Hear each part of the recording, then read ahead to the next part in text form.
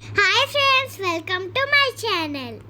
ఈరోజు ఆలూ పరోటా ఎలా చేయాలో తెలుసుకుందాం. గోధుమ పిండిని కలుపుకోవాలి. దాన్ని కొద్దిగా తీసుకొని చపాతీలాగా చేసుకోవాలి. చూడండి ఫ్రెండ్స్, ఇలా చేసుకోవాలి. మమ్మీ ఎప్పుడు చపాతీ ఇలా చేస్తూ ఉంటుంది. దానికి కాంబినేషన్ ఆలూ కర్రీ చేస్తుంది.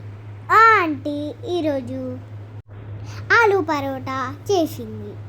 దీనికోసం ముందుగా చపాతీ చేసింది, ఆలూ కర్రీ చేసింది. చపాతీ చేసుకొని ఆలూ కర్రీని మధ్యలో పెట్టుకొని పరోటాని చేసుకోవాలి. చూడండి ఫ్రెండ్స్, ఇలా చేసుకోవాలి. అన్ని పరోటాలు రెడీ చేసుకొని అక్కడ పెట్టుకోవాలి. స్టవ్ మీద ఒక ప్యాన్ పెట్టుకోవాలి.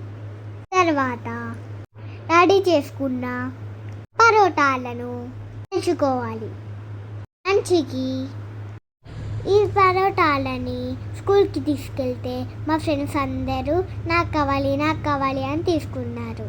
నాకు ఈ పరోటాలు అంటే చాలా ఇష్టం. మా చెల్లికి పరోటాలు అంటే చాలా ఇష్టం. అందుకే ప్రతి సండే పరోటాలు చేసుకుంటాం. ప్యాన్ హీట్ అయ్యాక పరోటా వేయించుకోవాలి. ఇలా కాల్చుకోవాలి.